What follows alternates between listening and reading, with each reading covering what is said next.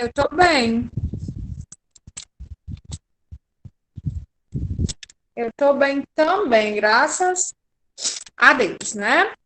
Oi, Yasmin. Oi, pessoal. Gente,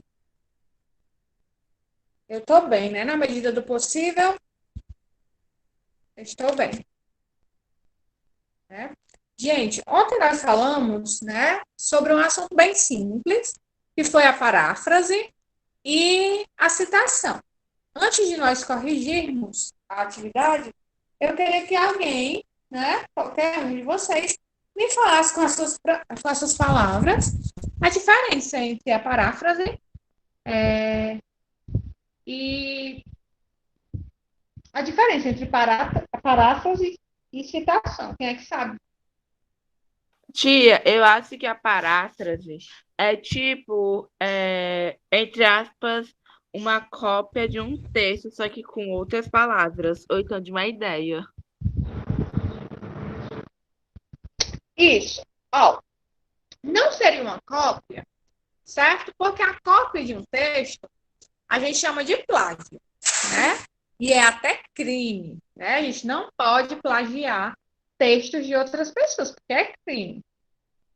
Não vamos chamar de cópia, tá certo? Realmente, Guilherme, entre aspas, é uma cópia. Mas essa cópia a gente pode fazer no nosso texto, mas a gente vai dar a honra à pessoa que escreveu, entendeu? A gente, entre aspas, vai copiar a ideia da pessoa, mas a gente vai dizer assim, é, como disse fulano de tal. Aí você vai, escreve o que o fulano de tal disse com as suas palavras, né? Isso mesmo. Você vai dar os créditos ao autor daquela frase, né? Mesmo que você use com as suas palavras. Mas se você está usando a ideia de outra pessoa, né? Você vai transcrever aquela ideia com as suas palavras, mas você vai dar os créditos. E a citação? Como é que funciona uma citação? Quem poderia me dizer?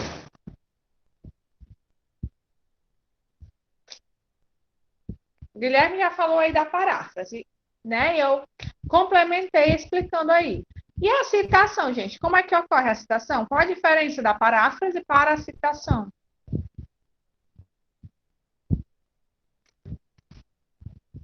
Tia, a citação é tipo citar alguma coisa que, digamos, está em alta? Não obrigatoriamente, né? Essa frase vai estar em alta. Mas qual a diferença da citação para a paráfrase? Nos dois casos, você vai estar usando ideias de outras pessoas. Mas na paráfrase, você vai fazer isso de forma indireta. Você vai falar a ideia de certa pessoa com as suas próprias palavras, mudando as palavras, né? Já a citação, você vai escrever tal qual, certo? Sem mudar nenhuma vírgula, certo? Realmente você vai copiar e colar no seu texto. Porém, da mesma forma da paráfrase, a citação, você tem que dar os créditos, né? Sempre que você for usar o texto de outra pessoa, uma frase de alguém, né? Usar a frase de um pensador, você tem que dar os créditos, sendo na paráfrase, ou mesmo que você esteja parafraseando, ou citando. Nos dois casos, você tem que dar os créditos à pessoa, certo? Mais uma vez, no caso da paráfrase, você vai pegar aquele texto e reescrever ele, não o texto todo, né? Uma parte, uma informação, uma frase famosa, e explicar com suas próprias palavras. Já a citação, você não vai explicar com suas palavras, você vai pegar a citação daquele autor, daquele pensador, daquele filósofo, tal qual ela é, vai escrever no seu texto, sem mudar nenhuma vírgula, dando os créditos sempre, tá bom? Porque plágio é crime, gente. A gente não pode pegar o texto de alguém e escrever como se fosse nosso, né? Ok? Então vamos lá à atividade. A atividade está lá na página 288, certo? Abram aí os livros de vocês. Página 288. Posso ler, tia? Pode sim, por favor. Releia o segundo parágrafo do texto do desmatamento em si. O que esses resultados traduzem? É a falta de uma política sustentada para acelerar o processo. A maioria queixa das entidades envolvidas com a questão 2 é a de que ações de repreensão na região são esporádicas. 3. Sem continuidade, a que, logo após a retirada dos fiscais. 4. As motosserras retornam à rotina. 5. E a situação de exploração ilegal de madeira em larga escala tem andamento. Esse quadro vem agravando a imagem do Brasil lá fora. Nesse parágrafo, o conectivo, ou seja, poderia ser empregado corretamente na lacuna. A. 1, B, 2, C, 3, D, 4, E, 5. E aí, pessoal? O conectivo, ou seja, poderia ser empregado em qual parte? Onde tem o 1, onde tem o 2, onde tem o 3, o 4 ou 5? Para vocês responderem isso, vocês têm que ir no texto, né, e fazer isso. E fazer essa troca aí e ver qual delas dá certo sem alterar o sentido do texto. Será que é o item D? Vamos lá. O item D é o 4, né? Então, vamos lá no 4. E que logo após a retirada dos fiscais, ou seja, as motosserras retomam a rotina. E a situação de exploração ilegal de madeira em larga escala tem andamento. Esse quadro vem agravando a imagem do Brasil, né? Na 3, vamos aí. Vamos começar do início, tá bom? Vamos botar na 1, na 2, na 3, na 4 e na 5, para a gente ver em qual dessas lacunas daria certo. O que esses resultados traduzem? Ou seja, é a falta de uma política sustentável para frear o processo. Deu certo, gente? Aí? Sim ou não?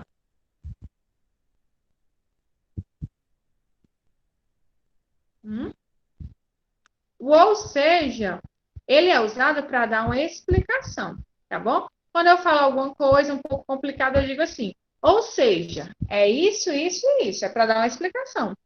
Nesse caso aí, dessa lacuna 1, não tinha necessidade de nós usarmos esse conectivo, certo? Aí vamos lá. A maior queixa das entidades envolvidas com a questão, ou seja, é a de que ações de repreensão na região são esporádicas, ou seja, sem continuidade. E aí, deu certo na 2? Ou seja, quando a gente lê, o que a gente imagina é que deu certo na frase. Mas vocês têm que prestar atenção no contexto, tá bom? E aí, deu certo nessa 2? Ou seja,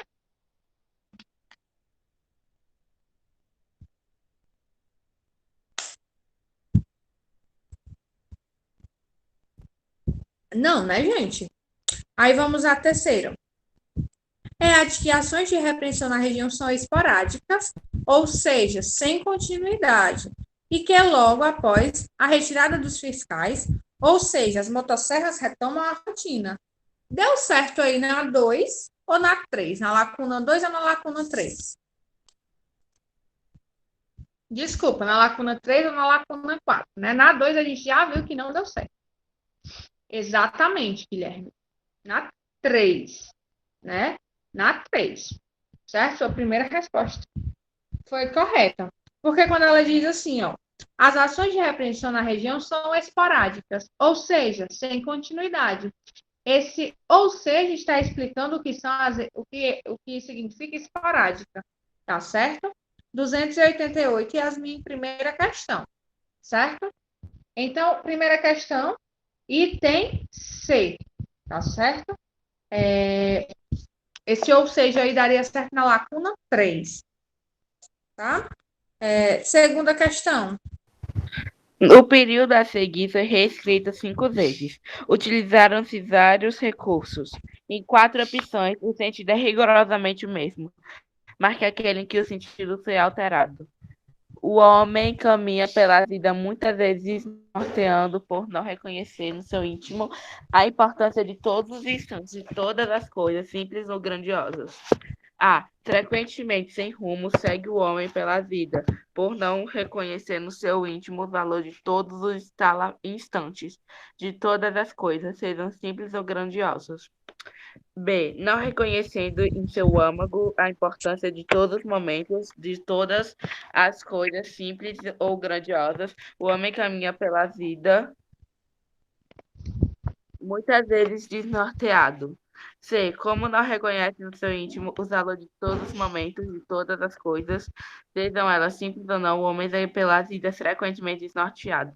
O ser humano segue com frequência a vida afora, sem rumo, porquanto não reconhece em seu interior a importância de todos os instantes, de todas as coisas simples ou grandiosas.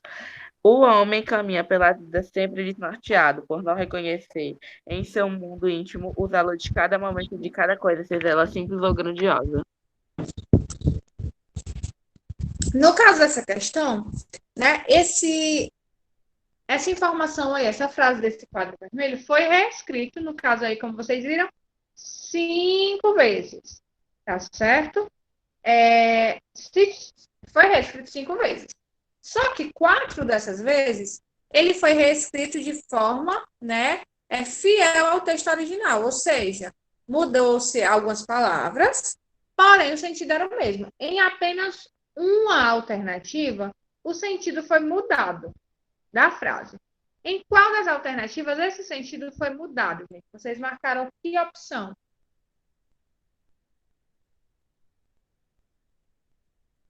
Exatamente, Guilherme, isso mesmo. O item é. O único item aí que o sentido da frase foi mudado foi no item é, tá certo? Nos outros itens, A, B, C e D, o sentido foi mantido. Mudaram-se as palavras, mas o sentido não mudou, né? O sentido foi o mesmo do texto original, ok? Agora vamos para a terceira questão. Agora, leia a conclusão do artigo de Mário Sérgio Contella. O futuro saqueado. Não dá para supor um eterno presente, mesmo o fictício Dorian Gray, com a quase perene retrato pagou o caro pela sua ganância vital. Nessa obra, Oscar Wilde fez um aviso premonitório para quando algumas máscaras caírem. As crianças começam por amar os seus pais. Quando crescem, julgam-nos. Algumas vezes perdoam-lhes. Nesse trecho, o autor faz uma referência ao texto de Oscar Wilde. Nesse caso, ele utilizou uma paráfrase ou uma citação. E aí, gente, nesse quadro verde tem, né, um fragmento do texto, né, e ele cita aí o Oscar Wilde. Ele cita aí algo que esse homem falou, mas ele faz isso parafraseando, ele faz uma paráfrase ou uma citação. O que é que ele usa aí? Exatamente, Guilherme, é uma citação. A gente percebe isso por quê? Porque a citação vem entre aspas, certo?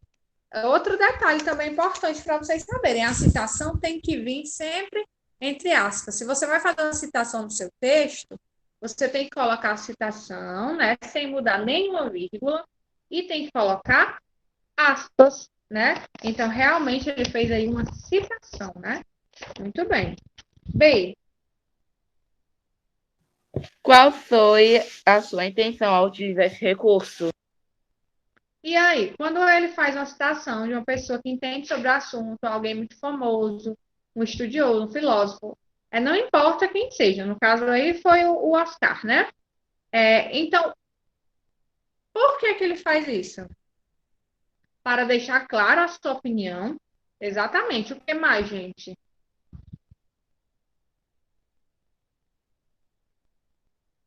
Tia também essa aqui para usar como base no seu artigo ou no texto. Para usar como base, deixar claro a sua opinião, usar como base, tudo isso. E ainda, o que mais que ele pode fazer com a citação? A gente faz o quê? Quando a gente cita algo de um grande filósofo no nosso texto, por exemplo, a gente enriquece o nosso texto, a gente dá mais credibilidade. Por exemplo, se vocês estão fazendo uma redação, vamos supor aqui sobre a Amazônia e vocês citam uma frase de um grande ecologista.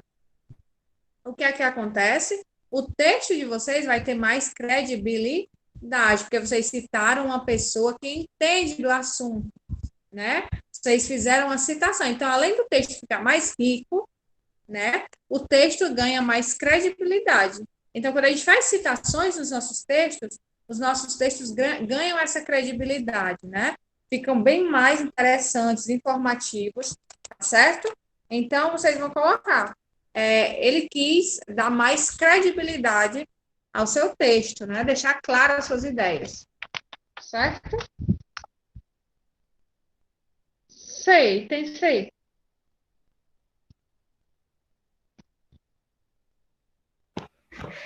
Como vimos, a paráfrase é um recurso muito utilizado para tornar mais claro um texto. Pensando nisso e observando o contexto do artigo O Futuro Saqueado, produz uma paráfrase para o período a seguir. Oscar Wilde fez um aviso premonitório para quando algumas máscaras caírem. E aí, gente, essa resposta é pessoal. Se não conseguiram fazer, vamos tentar fazer agora. Vocês vão pegar essa frase, vão ler e vão parafraseá-la. Ou seja, vão reescrevê-la com suas próprias palavras. Como poderia ficar aí, gente? A reescrita dessa parte aí, desse fragmento.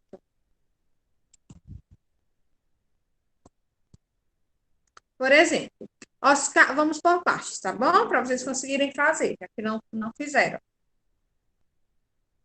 Vamos lá. Oscar Wilde fez um aviso premonitório. Como é que a gente pode mudar aí e colocar outras palavras nessa parte? Oscar Wilde, o quê?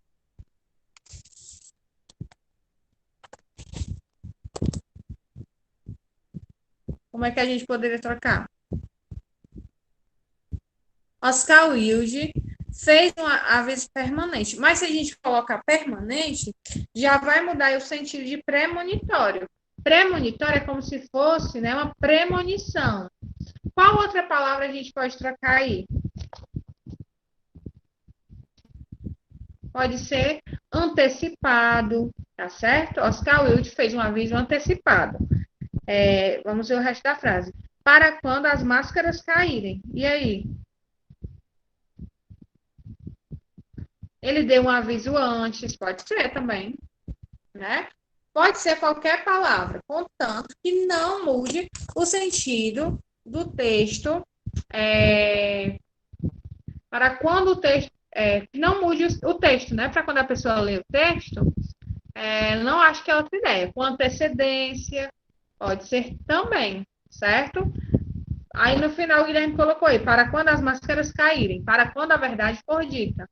Pode ser também, tá certo? Estão entendendo, gente? Pode ser qualquer palavra, porém, não pode ser qualquer palavra que mude o sentido do fragmento, certo? Você pode parafrasear, você pode usar suas palavras, mas você não pode mudar a ideia. Se você estiver mudando a ideia daquele fragmento, você já não está parafraseando, tá? Quando a gente parafraseia alguém, né, algum escritor, seja lá quem for, a gente não pode mudar a ideia daquela pessoa, certo? Já que a gente quer usar aquela ideia no nosso texto. Ok? A não ser que a gente queira usar uma outra ideia, né? Aí sim, a gente pode mudar, certo? Entenderam, gente? Até aí, ficou clara essa questão de paráfrase, de citação, ou ainda tem alguma dúvida em relação a isso?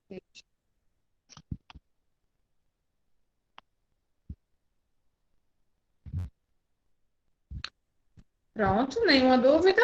Então, ótimo. Terminada a nossa correção, vamos lá. 290. Encerramento. Textos normativos. Vamos lá, Guilherme. A história da humanidade, e mais especificamente a história da sociedade, está baseada em regras de convivência. Diversos textos foram escritos com o objetivo de prescrever atitudes e comportamentos que seriam considerados aceitáveis ou condenáveis. Ao longo de milhares de anos, as sociedades vêm se transformando e com elas vários textos prescritivos surgiram.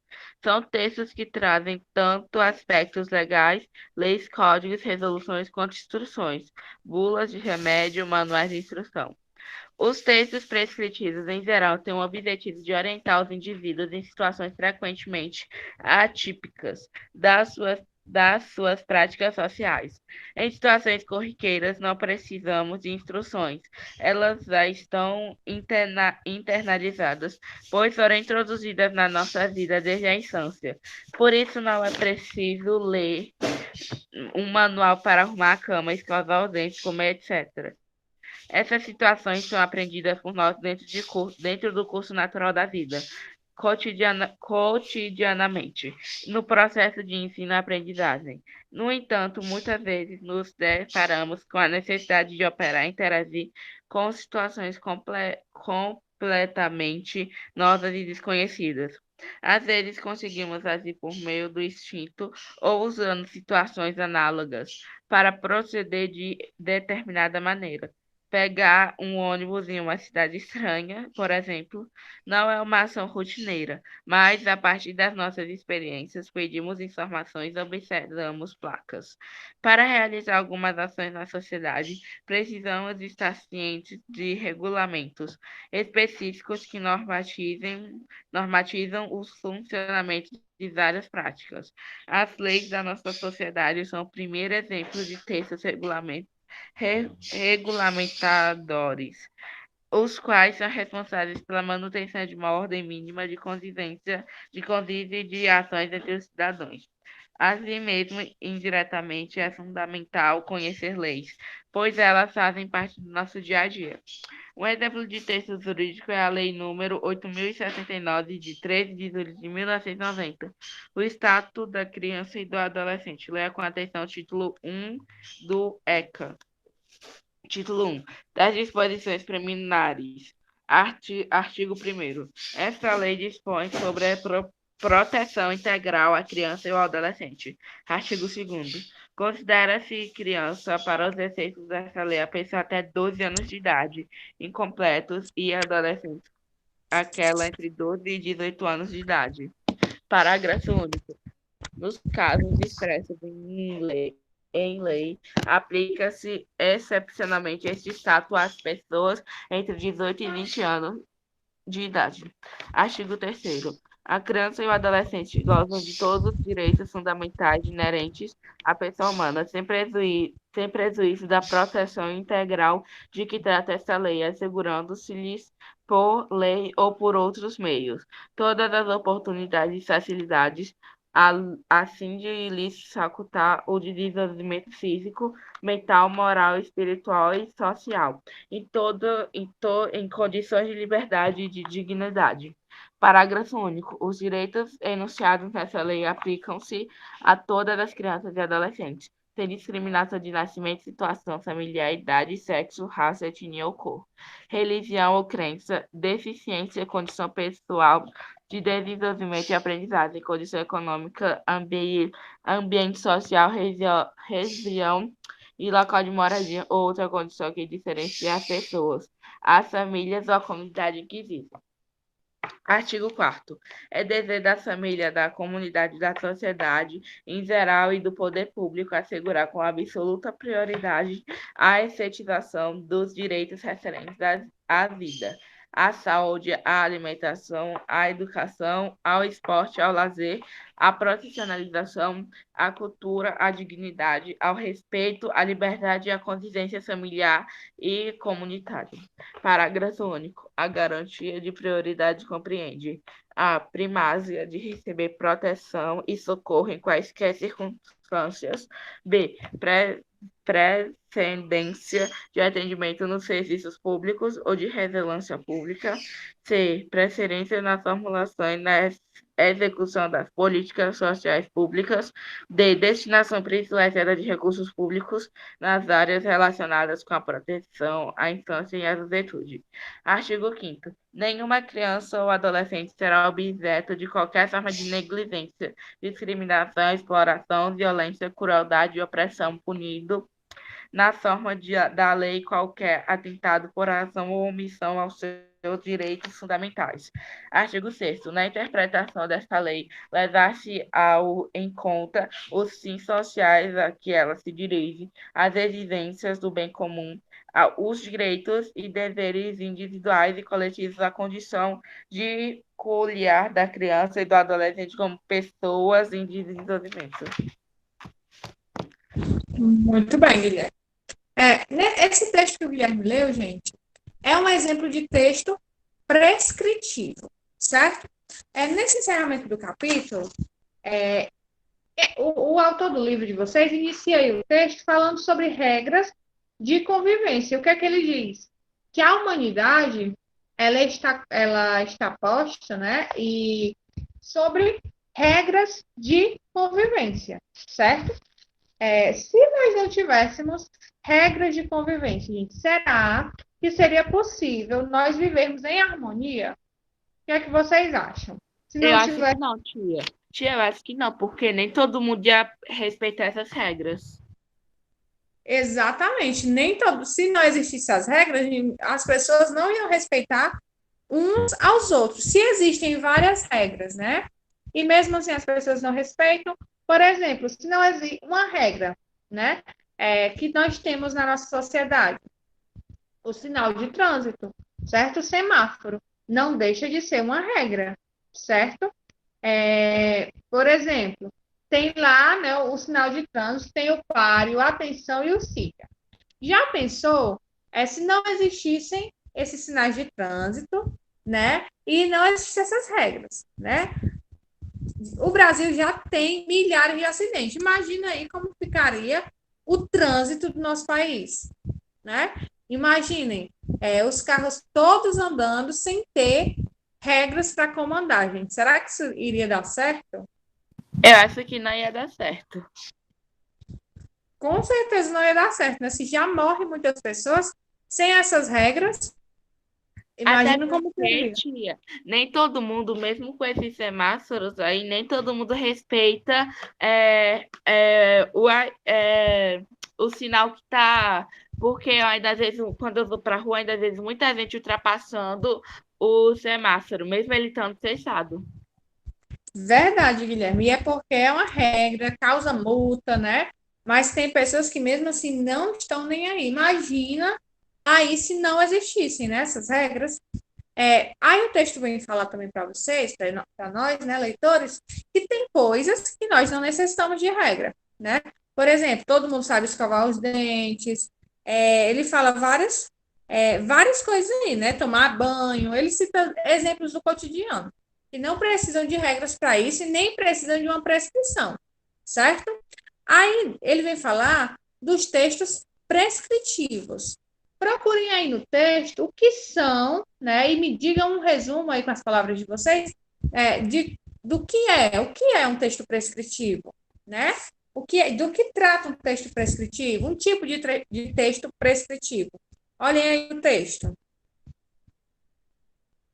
Para que serve o texto prescritivo, gente? Para dar uma informação, Dá informações, sim. Mas essas informações vêm para quê, gente? Nesse texto prescritivo. Essa informação, certo, são informações. E essas informações vão servir para quê? para ver Para se pelo menos alguém cumpre alguma lei. isso. São textos, Guilherme. Nem sempre esses textos vão estar ligados à lei, tá certo? Os textos prescritivos são aqueles que servem para orientar as pessoas a fazerem alguma coisa. Seja uma coisa simples ou seja uma coisa mais difícil.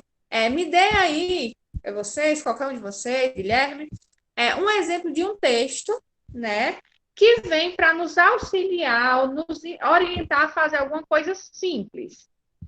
No nosso dia a dia tem vários, gente. Quais são? Textos prescritivos. Mais uma vez, são aqueles que vêm para orientar-nos. No dia a dia tem vários. Vou dar aqui Eu um acho exemplo. que é Pode dizer. tipo os jornais, aqueles jornais lá que vêm impressos. Não, os jornais são textos informativos, né? Eles vêm para nos informar. Os textos prescritivos, eles vêm para nos orientar de uma forma mais clara, nos ensinar a fazer alguma coisa, certo? Como, por exemplo, Guilherme, vou falar um exemplo para clarear aí as ideias de vocês. A bula de remédio, por exemplo, é um texto prescritivo. Por que, tia? Bula de remédio é uma coisa tão simples. Sim, é um tipo de texto prescritivo.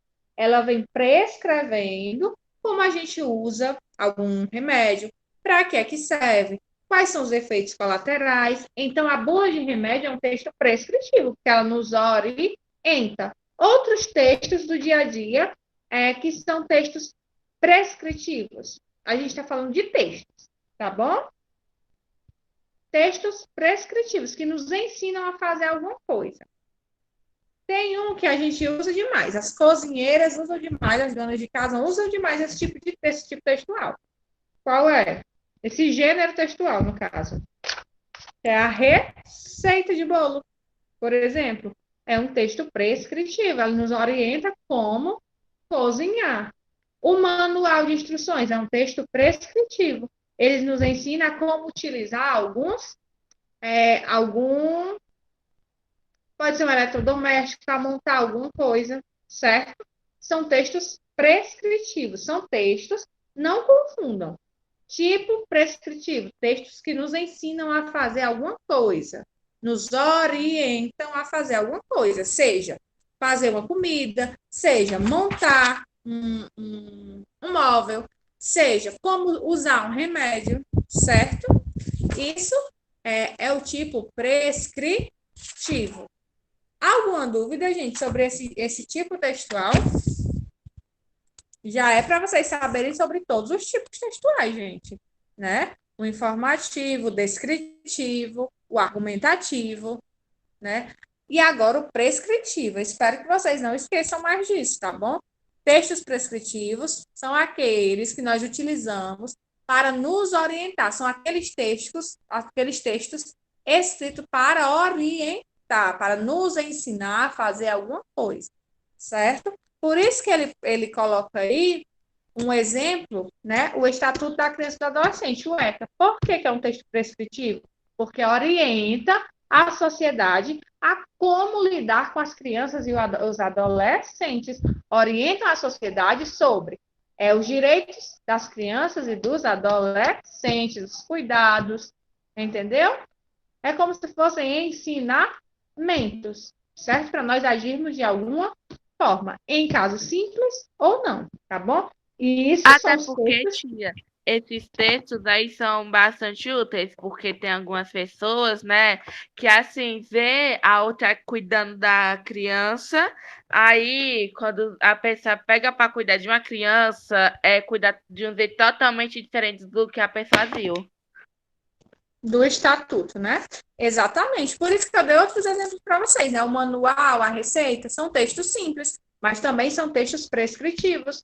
Esse tipo de texto é qualquer texto que te oriente a fazer alguma coisa, a executar alguma tarefa, tá certo?